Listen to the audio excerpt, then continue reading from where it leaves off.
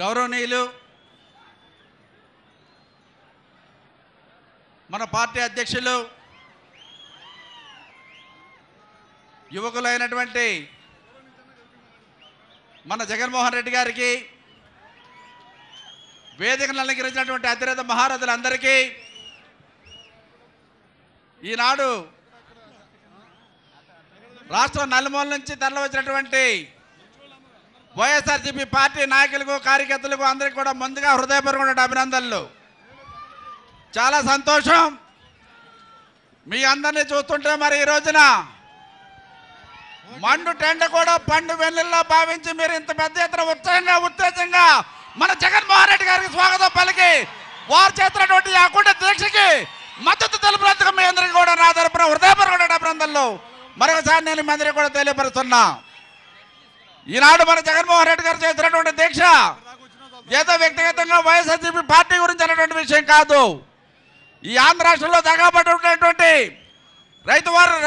రైతుల గురించి, డ్వాక్రా మహిళా సోదరిమణుల గురించి, నిరుద్యోగ యువత గురించి, ఎస్సీ ఎస్టీ బీసీ మైనార్టీ సోదరుల గురించి, ప్రతి ఒక్కళ్ళ గురించి కూడా ఈ రోజున ఆనాడు తెలుగుదేశం పార్టీ ప్రభుత్వం ఎన్నికల ముందు చేసినటువంటి మోసపూరితటువంటి ఉపన్యాసాలు, చంద్రబాబు నాయుడు గారు చెప్పినటువంటి మోసపూరితటువంటి అనేకటువంటి విషయాల్లో మరి ఈ రోజున ఏ ఒక్క కార్యక్రమాన్ని కూడా నెరవేర్చకుండా చంద్రబాబు నాయుడు గారు సంవత్సర కాలంలో నేను ఇది చేశానని చెప్పుకోవడానికి ఏ ఒక్క పని లేకుండా ఈనాడు మరి తెలుగుదేశం పార్టీ ప్రభుత్వం ఉందంటే ఇంతకన్నా సిగ్గు చెడినటువంటి ప్రభుత్వం స్వతంత్రం వచ్చిన తర్వాత ఆంధ్ర రాష్ట్రంలో భారతావనిలో ఎప్పుడూ ఏనాడు కూడా లేదన్నటువంటి విషయాన్ని కూడా ఈ సందర్భంగా తెలియపరుస్తున్నా. సంవత్సరం గడిచినప్పటికీ కూడా ఏ ఒక్కరిని కూడా సంతోష పెట్టకుండా, ఏ ఒక్క హామీ అమలుపరచకుండా ఇంత దౌర్భాగ్యమైనటువంటి గవర్నమెంట్ ఆంధ్ర రాష్ట్రంలో ఉందంటే అది చంద్రబాబు నాయుడు గారి నాయకత్వంలో ఉన్నటువంటి ఈనాడు తెలుగుదేశం పార్టీ ప్రభుత్వం అనేటువంటి విషయాలు కూడా ఈ సందర్భంగా తెలియపరుస్తున్నా.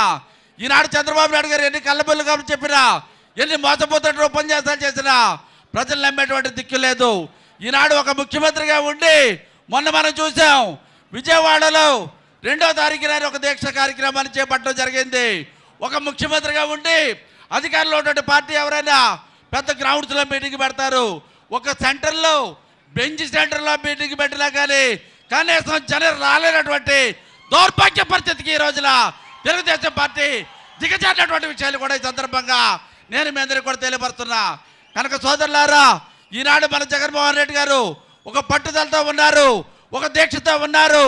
ఈ సమాజంలో ఉన్నటువంటి బడుగు బలహీనటువంటి ప్రజానికానికి అందరికీ కూడా ఆర్థిక పరంగా, సామాజిక పరంగా, రాజకీయ పరంగా అన్ని విధాలుగా న్యాయం చేయాలని, ప్రతి ఒక్కరిని కూడా ఆదుకోవాలన్నటువంటి మన స్వర్గీయ వైఎస్ రాజశేఖర రెడ్డి గారి ఆశయాలు, వారు చేసినటువంటి కార్యక్రమాలన్నీ కూడా భవిష్యత్తులో కొనసాగించాలన్నటువంటి ఒక పవిత్రమైన సంకల్పంతో మన జగన్మోహన్ రెడ్డి గారు ఉన్నటువంటి విషయాన్ని ఈ సందర్భంగా నేను మీద కూడా తెలియపరుస్తున్నా. ఈనాడు మన రాజశేఖర రెడ్డి గారు మరణించి అంతకాలమైనా సరే ఈ రోజున ఎవరైనా ఆంధ్ర రాష్ట్రంలో ముఖ్యమంత్రి గారు ఎవరు బాగా చేశారంటే వైఎస్ రాజశేఖర రెడ్డి అని పాలు తాగే పసి పిల్లవాడు కూడా చెప్పేటువంటి విషయం మనందరికీ కూడా తెలుసు.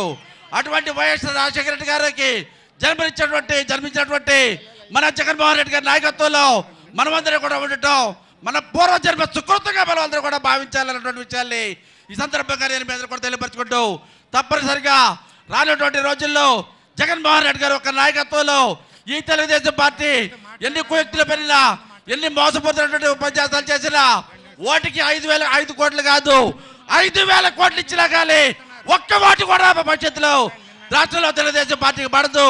ప్రతి ఒక్క ఓటు కూడా జగన్మోహన్ రెడ్డి గారి నాయకత్వంలో ఉన్నటువంటి వైఎస్ఆర్సీపీ పార్టీకి పడతాయన్నటువంటి విషయాలు కూడా నేను మీ అందరూ కూడా తెలియపరచుకుంటూ, మండు టెండర్ కూడా పండు వెల్లిలా భావించి ప్రధానంగా జగన్మోహన్ రెడ్డి గారి మీద మీకు ఉన్నటువంటి అసిద్ధమైనటువంటి విశ్వాసం, నమ్మకంతో ఇంత పెద్ద ఎత్తున తరలివచ్చినటువంటి వైఎస్ఆర్సీపీ పార్టీ నాయకులకు, కార్యకర్తలకు, రైతాంగ సోదరులకు, మహిళా సోదరులకు, మహిళలకు, మరి నిరుద్యోగ యువకులకు, మరి ఎస్సీ ఎస్టీ బీసీ మైనార్టీ సోదరులకు అందరికీ కూడా నా తరపున వైఎస్ఆర్సీపీ పార్టీ తరపున హృదయపూర్వక అభినందనలు తెలియపరుస్తూ, పదమసింహమైనటువంటి మన జగన్మోహన్ రెడ్డి గారు వెనకాల మనమందరం కూడా ముందుకు సాగాలి అన్నటువంటి విషయాన్ని మరొకసారి నేను మీద కూడా తెలియపరచుకుంటూ మీ అందరి ముందు సెలవు తీసుకుంటున్నా.